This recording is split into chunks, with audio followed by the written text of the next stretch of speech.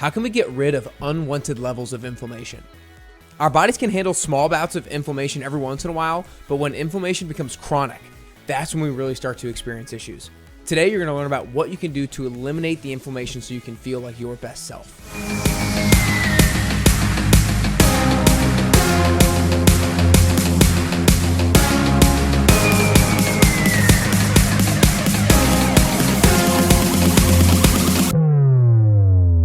Today, you get to hear from Samantha Lander.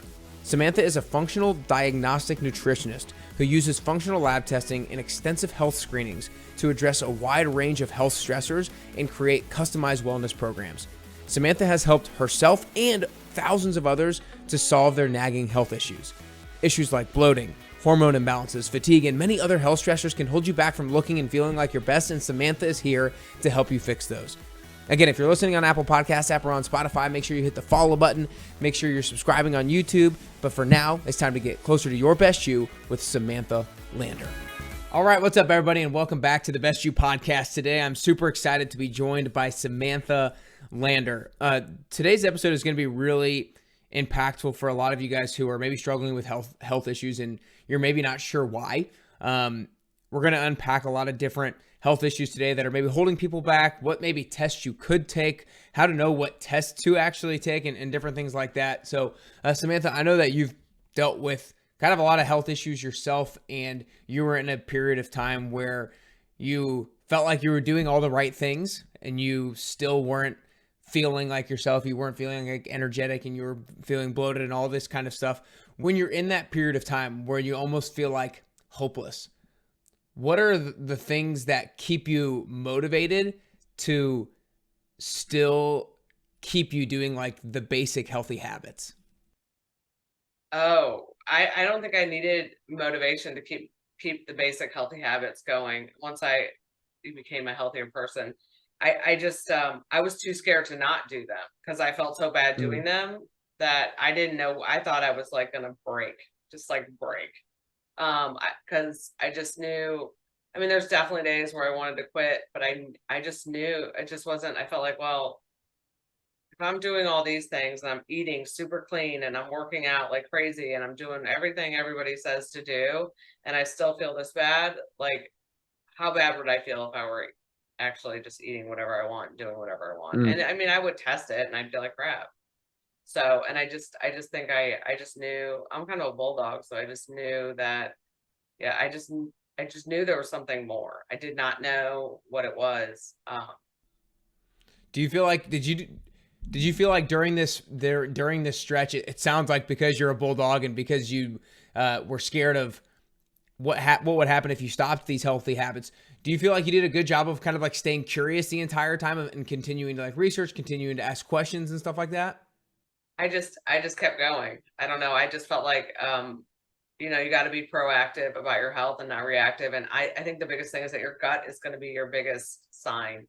So it's going to tell you whether something's right or wrong. If something isn't, settling with you properly, like a doctor says, oh, your labs are normal, blah, blah, blah. But like literally your hair is like falling out. You're freezing all the time. You're bloated all the time. You don't go to the bathroom every day.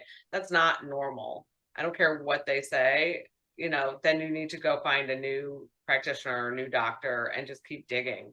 I think your body, I always say that like symptoms are an amazing thing. Like they suck and nobody really likes it, but it's the best. It's your body telling you exactly what, it needs to be telling you. It's telling you something's wrong. You may not like the symptom. I totally agree with that, but it's a great thing. Like imagine if we didn't have symptoms. Yeah. So let's go right into that then. So symptoms, are there like when you are talking with people or listening to people and they're describing a lot of different symptoms to you, I feel like so many different health issues have like the same symptoms. When you're listening for people and describing their symptoms, are there like kind of categories where like if you hear this symptom and this symptom, then you have them go maybe get this test done? If they have this symptom and this symptom, then they have go get this test done. Like how do you kind of navigate hearing people's symptoms and then figuring out what steps are to follow? I think that's part of it. Is sometimes people chase the symptoms of oh, my stomach hurts. So then they go to a GI doc, but then they don't ever think about the fact that, well, maybe they have endometriosis, or maybe they have hormone imbalances, or maybe it's just a small digestive issue or something like that, or cysts in your ovaries. Like there's a lot of different things. I feel like it's kind of like your health is a wheel. So you kind of got to navigate. But usually when I meet with people, if I hear specific key complaints about bloating or acne or psoriasis or eczema, I can ask some key questions that might be like, okay, you might have a parasite or bacteria overgrowth, but I still would run a lab. But it's always coupled with, imagine if you have a parasite, your body is under a lot of stress trying to fight that infection. You have another thing, eating your nutrients, depleting of nutrients, it's surviving off you. It sounds like a simple thing, but it can really tank someone who's already living a stressed out life. So if you don't also look at like your adrenals and your hormones and all of that, then you're not gonna, and look at a good 24-hour snapshot of your cortisol. You got to look at all of it, is how I as much as you can, until you get into like really deep diving if they don't get better. So I look at, if I'm looking at gut, I'm looking at hormones, I'm looking at adrenals, I'm looking at your cortisol, I'm gonna look at food sensitivities, I'm gonna look at how much you're training, I'm gonna look at your lifestyle, how stressed out you are. I think it all, that's the problem, is there's no cookie cutter. Yeah. If there was a quick fix, we'd all just take a pill and be like, oh, okay. Yeah. If somebody was listening right now and they feel like they want to go get some sort of testing done, but they're not going to be able to afford or be able to get 4, 5, 6 different tests, where do I go to start? So like with my clients who like, they're ready to invest in their health, but they can't make the full investment. So, with me, like for me personally, like you can find, I do payment plans. So you can find a practitioner that maybe does some sort of payment plan, but for working with them. But the lab fees, like some of it, like I always do nutrition first. So that's like the foundation that we work on. It's like, it doesn't matter how sick you are. If you're not, we can do all the labs, but if we don't get your food and your nutrition right, then what's the point? So getting on it's free to eat whole foods, right? Good, clean whole foods. Look at the labels. Don't put any processed food in your mouth. If you're doing all of that and not feeling well, then we run a food sensitivity test. Everybody has a food intolerance. I don't care what you say. I double blind all my labs. That would kind of be the first thing. And if you have to space it out, then pay for another one a month down the road. You didn't get sick overnight, so it's not, what's another month? So you can space them out. I always say, imagine you're going to invest at least $800 probably in labs, but you don't have to do it all at once. This didn't happen overnight.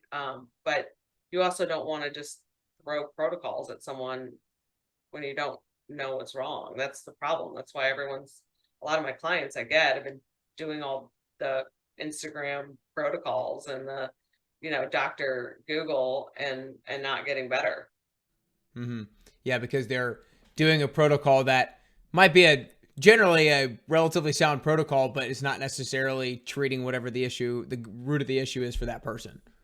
Yeah, I mean, I get people who, when I start to talk to them, they're like, well, I know I have a parasite, but I went and bought one of those parasite cleanses and my anxiety went out the roof. And like, it's like, their body wasn't ready to go kill something that's like living off them, and people discredit that. So what it does, it's going to cause a major stressor on the body when you're trying to kill something that's like living in your gut, just the die off and all that stuff.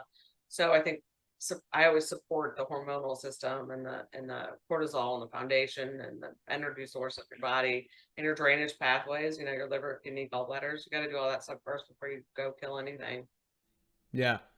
Well, let's kind of go back. You mentioned how maybe before going to get a test, you need to make sure you're actually eating the right things. If you're eating a diet full of processed foods, then a test might not be as worth it, because it's like, okay, let's clean up the foundations first. So what other things are you asking people before maybe recommending going and getting one of these tests to make sure their foundations are set? I would say, start to rotate your foods a lot. Don't eat the same thing every day, because that's one way that you're going to create a lot of food intolerances to food. Eat whole foods. Obviously, if you can't pronounce it on the label, don't eat it. 3 ingredients about should be your max on a label if you're going to buy something. I know there's some really healthy things that have a few more. Start there. There's so much free medicine. There's, grounding outside, movement, healthy movement, not overtraining, maybe cut back on your cardio. start to meditate, castor oil packs, dry brushing. You can buy a dry brush for $5. Takes 1 minute before you go to get in the shower. You can lay, castor oil pack. It's a $75 maybe investment, and you can wear it every night and help with your drainage pathways in your liver. So there's tons. Sunlight, going to a yoga class. There's free classes. There's free everything. YouTube has everything.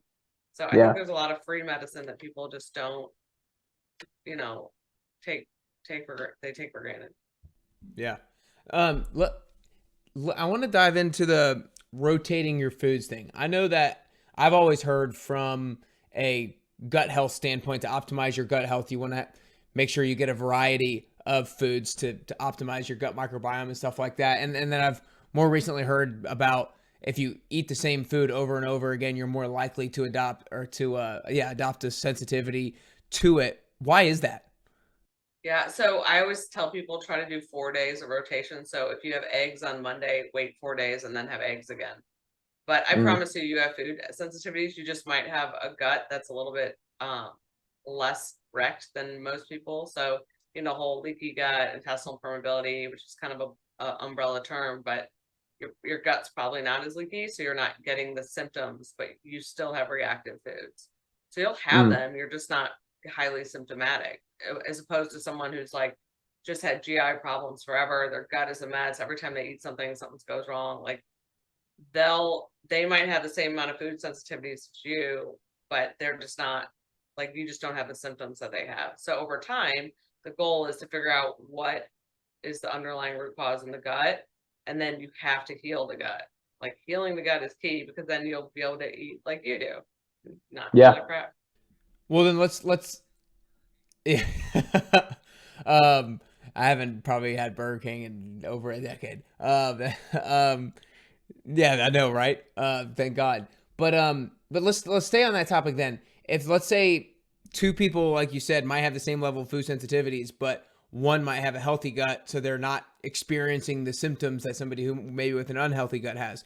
So let's stay with someone maybe like me, since you used me as an example of, maybe I have a healthy gut, so I don't necessarily recognize the food sensitivities. Does that mean that the food sensitivity is actually harming me, or not? Is it just a matter of, like, maybe it's like a little bout of inflammation, and just over time it will bother me, or tell me about that. So it's definitely, they will be causing inflammation in your gut, but it really depends on how many you have. You say that so I get this a lot, like, you say you feel great, right? But I guarantee if we ran the lab, you'd be like I get a lot of guys. It's funny, I have a lot of women, like tons of women, but then the guys that I get that work with me are like hardcore entrepreneur, just want to like optimize. Like, they're like, I feel fine, I'm good, like I don't have it, it's a whole thing. I appreciate you mimicking me. No, I'm mimicking my clients, not you. You're not my client yet. So anyway, so they run the lab though, and they're like, no. And then all of a sudden they're like, man, like, I don't crash in the afternoon like as much. Like, my sleep is better. I'm pooping, like it's different. It's way better. Like, you really don't know sometimes until you take it all out. Like, I had a client who texted me recently, and she was like, she had a funnel cake at the circus. And she was like, how did I walk around feeling this bad every fucking day? She like couldn't even believe it. And and I almost like when people get all those foods out and then have something, because then they realize how bad they felt, because you get used to it. It becomes your new normal. Like, the joint pain just becomes kind of like your normal thing. Like, I know now when I have joint pain, I either have a hormone imbalance or something I'm eating is flaring it up. It's just like real. So now, like, I've been doing this for so long that I could go out and plow down a Chinese buffet and not feel that bad the next day, right? But I will have, like, I can feel it. It's like I get this sinus congestion, like this like weird feeling in my sinuses, and my knee will like be throbbing the next day. And so I get that. Before, when I was really sick and first started, I mean, I was like doubled over if I had anything that was off my plan. I I was eating healthy. Like, I was reactive to like the healthy foods that you eat every day. Yeah, I think what you said was really important with regards to what you pointed out with your client, how a lot of people don't realize that they're not feeling, they don't realize they're feeling bad because that's their normal. And so you don't really know you don't have anything to compare it to, but when you get the benefit of contrast, then you get to actually realize how bad you were maybe feeling in the past. I want to talk about the severity of, I want to talk about alcohol and how much of an issue it is with regards to our gut health, our digestion. So I'm somebody who has experiencing health issues. I'm not feeling like myself. I feel like I'm exercising the right way. I feel like I'm eating the right way. I feel like I'm doing the best I can with sleep and stress management. And I'm drinking some. I don't feel like I'm drinking excessively, but I'm drinking some. Do I need to completely eliminate alcohol to see if alcohol is the issue for my digestion? Or do I maybe have some other things that are going on where eliminating alcohol still isn't going to cause my issue or solve my issue? If you're a female and you're having one drink a week, it can wreak havoc on your hormones. And if your hormones are imbalanced, it's probably going to cause some gut problems. If your gut is imbalanced, it's going to cause some hormone problems. It's all like, and then the anxiety. So that one drink that you have, your liver will always prioritize detoxifying alcohol. So when we wake up after that one drink at 2, 3 o'clock, right? That's usually when people wake up, almost spot on when I ask them about it. That's your liver saying, what the fuck did you do? Now I'm going to wake you up, and I'm trying to detoxify. Like, I'm trying to get this out. And that's always the preferred thing that's going to go out first, not the hormones, not the toxins, not all the things that you need to detoxify on a daily basis, with your liver, kidneys, gallbladder. It's going to, prioritize alcohol, and not, we're bombarded with toxins every day, let alone like the stuff we need to flush out in our own like system on a daily basis. So everything becomes super congested. So with women, I see a lot of estrogen dominance. It also kills your blood sugar. So your blood sugar at night goes all crazy, and then you get like super insulin sensitive. So then you're going to store fat. When you drink, it's going to cause, I'm just going to tell you some of the things that might just keep people from drinking a lot. When you drink, you're relieving anxiety typically, right? But then when you drink, it's also going to cause your body to have a stress response. So then you're going to release cortisol, which is also going to put you in fight or flight mode, which is also going to have you store fat. So honestly, I tell my women, if they want to have a drink a week, if they're really not, if they don't feel good and they really want to get better, I would say quit drinking for a while, and then eventually we can try to add it back in. But I mean, it's just it tears your gut apart. I mean, if you think about what do we put on our hands, like all during COVID, what do we put on our hands? Alcohol to kill bacteria. So we're drinking it. I mean, that's a good point. It's not rocket science. No, but we like to drink. We like to drink. Nobody wants to take that away from us. It's fun. I get it. I'm an alcoholic. I loved it, until it just didn't work for me. So I'm on a different spectrum, but I'm working with a lot of women who are in recovery or, want to quit drinking and things like that. So I've had to really learn like the deep, dark secrets about what it really does to your body. And it's just, it's awful. But if you were gonna drink, I would say, drink, eat, and then drink, always eat something, always have a protein and a fat. The more fat, the better. And that goes with the hangover the next day when you feel like you want to have fast food, because that's going to help you. It's the fat and the fast food, and that's trans fat typically. So just eat something high fat, that's healthy fat that morning, and that will help. Gin, it's lingonberries. There's no wheat, corn, gluten, rye, all that stuff's out of it. Not super inflammatory. Vodka derived from potatoes, vodka derived from grapes. Cheetos is a vodka that is gluten-free. Everybody thinks it's great, but it's corn. Corn is one of the things that comes up on every single food sensitivity test that I run.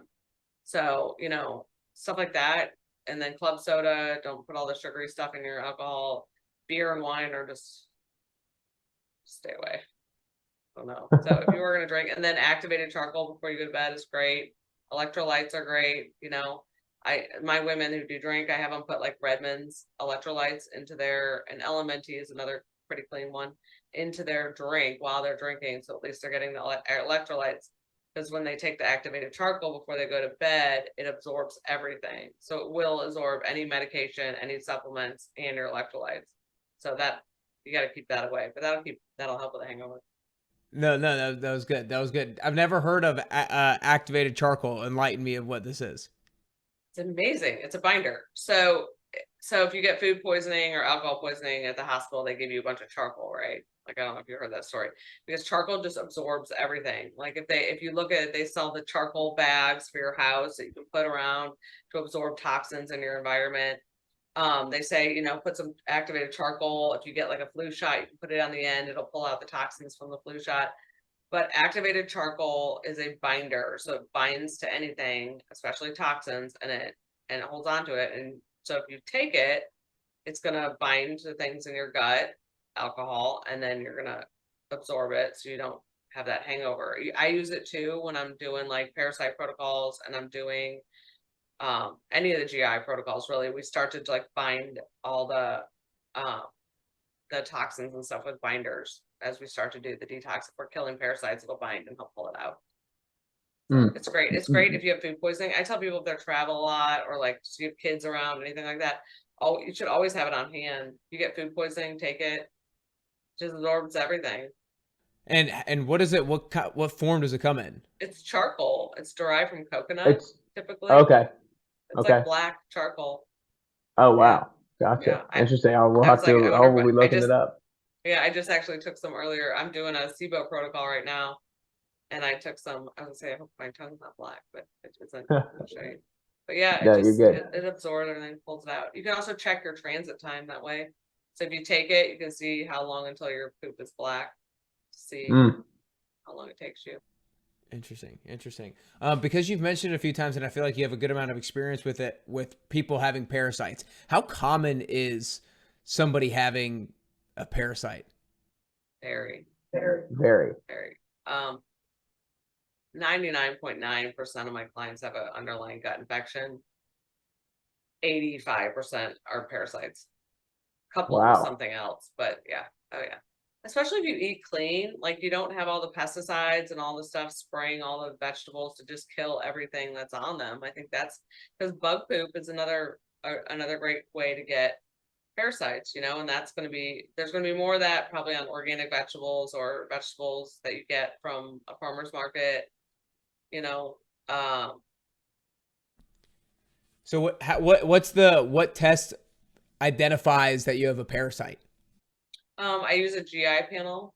So I either use a GI map or it's a lab called Parasitology. So I have people, it's funny, I have a whole protocol for my testing, and I think that's also really important because you'll go to the doctor and they'll have you do like a 1-day stools test. And I have people do it for 6 days during the full moon, which is when parasites are breeding. After they do a biofilm breakdown, so they break down like this, sort of like the slimy coating in the rocks on a rock in a stream. So you get that in your gut. So we like break that down first so we can get everything coming out in your stool. And then we do it when they're breeding. We do 6 days samples. Because I was misdiagnosed when I was sick, and it's one of those things I just knew something was wrong. I was like, and I'd done enough research. I'm like, I know I have a parasite. So I actually bought a test because I'd done several tests and they were all negative, and I'm like, there's no way. And so I did it, and so I put 5 days of samples in. I did 5 different tubes, and on day 3 I had a parasite, and I didn't have it any other day. Wow. And what shows up on that GI map test that reveals to you that you have a parasite? It tells us exactly what parasite you have. So we'll test, and it'll test for tapeworms, roundworms, parasites, bacteria, how well you digest your food, candida, yeast, fungus, SIBO in the lower colon. It'll test for H. pylori. It's like a lot. All the different flukes, all different types. So we'll know specifically what parasite we're going to have to kill. So that's why like those general, like I'm going to go to Whole Foods and buy a box kit for that because I think I have one is always a bad idea, especially if you're reactive to any of the foods, because it'll be like super high doses of like black walnut or something. And if walnut is one of your foods you're sensitive to, you're going to feel like shit. Now, knowing all the different things that you know, what are the things that you are routinely having done? Whether that is, I mean, you can define routinely yourself, but what are like the different tests that you are routinely having done to ensure that your health issues are still in check and you're not having something come up out of the blue? Oh, I had something come up. I tell people it's like I always strive for perfect health, but like I have periods of time where I'm really good for a couple of years and I might not have to run a lab, and then I'll go through something stressful or something will happen and I'll be like, okay. So I used to run the food sensitivity test once a year. I just loved it. Like I love the test. Like I liked it's like I revamped my diet. Uh, but I don't really run it anymore because it's always like 7 things and I don't really feel that different. And I think I'm kind of to the point where I'm pretty in tune. It's still really hard to do elimination diet, but I'm pretty in tune with what's going on. So I will run the hormone and adrenal panel, but I have PCOS. I also just I was feeling great and then I got really, really sick about 2 years ago. And I had a infection in my mouth that just turned into other infections. So I had a root canal. And so at the end of a root canal, typically there's an infection. And I couldn't even get out of bed. I was so sick. And I was doing, all the right things. So I just started going again, trying to figure it out. And I tried antibiotics. I thought it was a sinus infection, which is like, that's not really my thing, is antibiotics. And we found out that like I had a lot of infections at the end of root canals.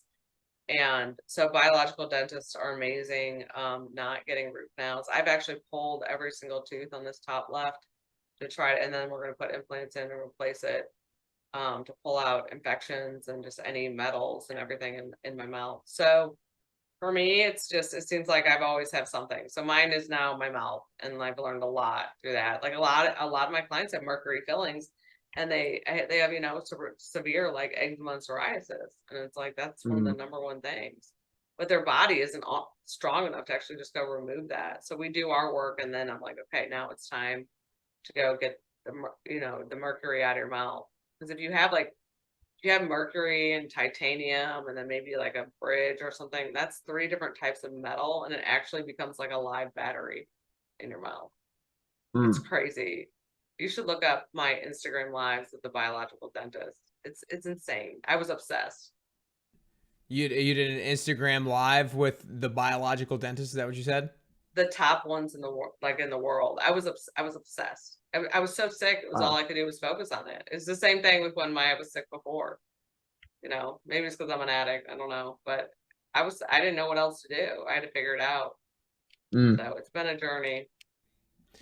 With somebody, if somebody, I just want you to talk to somebody kind of from the standpoint of they feel like they're trying to figure it out and they feel somewhat hopeless because they've been trying a bunch of different things. They feel like they're trying what they need to try. They feel like they're doing what they need to do, but they still don't feel right. They still maybe having sleep issues, energy issues. Like, what would you just say to that person to keep them feeling hopeful and uplifted that there is a point where they're going to figure it out if they just keep going?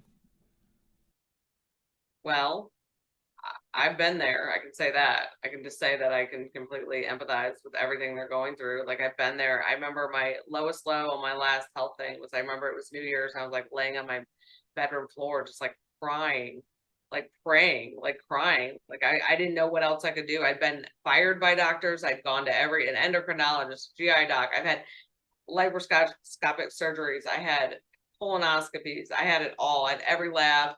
I was still running some of my labs. I just was with like the wrong practitioners. I learned a lot, but I just say, just keep going, and don't band-aid with medications, and find out the root cause of what is making you sick and listen to your gut. It doesn't mean you have a gut problem, but like listen to your body, like listen, it's telling you what's going on, and just, you got to go from head to toe and just kind of like analyze every single thing. I mean, it could be that you're in a shitty marriage, and that's what's making you have back pain and causing your gut problems. But if you're having imbalances in your gut due to a shitty marriage, it's going to cause other issues. So it's a wheel, and I say you got to look at all the spokes for sure. Yeah. And not to give up. I love it. You only got one body, and you're worth the investment. It may be a lot of. I mean, I spent over $80,000 trying to figure out my health for sure. So you're worth the investment. You see I always say, like, we see these like women walk around with their Gucci bags and stuff, but they feel like shit. Like I'd much rather be walking around with like a piece of shit Target bag and feel amazing, because I'll tell you, it's way better than feeling like shit. Yeah. Yeah, no, what? I appreciate that. That's good. That's good. Well, before I ask the last question, I just want to acknowledge you for your constant curiosity and resilience and bulldogness to just continue to figure it out. And you've, even when you continue to maybe experience some issues, every now and then you continue to bring that level of resilience and that level of fight to you to figure it out time and time again. And I know you help hundreds and thousands of people do the exact same thing. So kudos to you for continuing that level of resilience. You guys need to make sure you go follow Samantha on Instagram at CFitLiving if you do not yet already. But where else should people go learn more about you, Samantha? I'm on Facebook just under Samantha CFit, and it's SEE, not C, not the letter C, SEEFIT. Yes. People get that wrong. And then my website, which is kind of a shit show right now, but it's www.cfitpt.com. But really, I'm all over Instagram, and you can always connect with me that way. And if you want to do like a free discovery call, and I do a health clarity call, so if anyone is like, curious about what they can do or what I do, or want to talk about their health, I love hearing people's health stories. Awesome. Well, last question here, Samantha. As somebody who does so many different health habits, you do, if you could, this is just a hypothetical question. If you were, for whatever reason, only allowed to choose like 3 healthy habits to do for the rest of your life, you weren't able to take the activated charcoal, you couldn't do activated charcoal and dry rub and meditation and yoga and all these things. You were only allowed to choose 3 of them. Then what are 3 healthy habits that you would choose to do for the rest of your life? I kind of want to flick you off right now. No. I would continue to eat whole foods. I would probably keep hot yoga and my supplements in there. Awesome. Staying sober is really important to me. So I don't know if that's a healthy habit or what that is. Yeah. That comes before anything. If I'm Mm. not sober, Awesome. I'm probably not eating whole foods. Yeah. Well, awesome. Well, I know everybody got a lot today. Learned about a lot of different potential things to be aware of and potential tests to get. But I think more than anything, like you said, trust your gut, not necessarily your gut itself, but like your instincts, and listen to your body and everything like that. That's just such an important message. And sometimes it's hard to trust your gut and listen to your body with all the noise that's going on. So you can sometimes just need to quiet the noise, sit in silence, see what's going on to really figure out what the next best move is for yourself. But Samantha, that's all we got today. Really appreciate your time. All right. Yeah. Thanks for having me. I appreciate it. Samantha's awesome. She's funny, she's down to earth, and she's super knowledgeable. If you're looking for a fitness program that can be flexible with your schedule, that focuses on nutrition, and will help hold you accountable and help you regain the confidence that you once had in your health, then the virtual 10-week transformation just might be for you. Go try out the 1-week free trial by going to nickcarrier.com/free trial to start today. Again, nickcarrier.com/free trial. Some of my biggest takeaways from Samantha were the following. Symptoms are actually amazing things. I know it doesn't feel like that in the moment, and I know that's easy to say when you're not experiencing a lot of issues and symptoms, but they are truly great pieces of feedback and great warning signs that something needs to change. It's just upon you to take action because of them. Alcohol, well, yeah, it's not healthy. Am I going to stop drinking altogether? Personally, no. But am I going to continue to keep it in check so to minimize the negative ramifications of it? Yes, and I'd encourage you to do the same. There are so many things that you can do to heal your body and rid your body of inflammation. And for that reason, it can be overwhelming. I know there was a lot of different things that we covered in that episode today. Before you start trying this and that and the other, take some time and do some of your own research. Figure out what might work best for you. Just because something worked for one person doesn't mean it's going to work for you as well. Listen to your body, do your research, and find out what's right for you. This interview with Samantha was awesome. I hope you're hitting the follow button on the Apple Podcast app and Spotify. Make sure you share the episode with a friend or a family member. And most importantly, keep taking action closer and closer to your best you.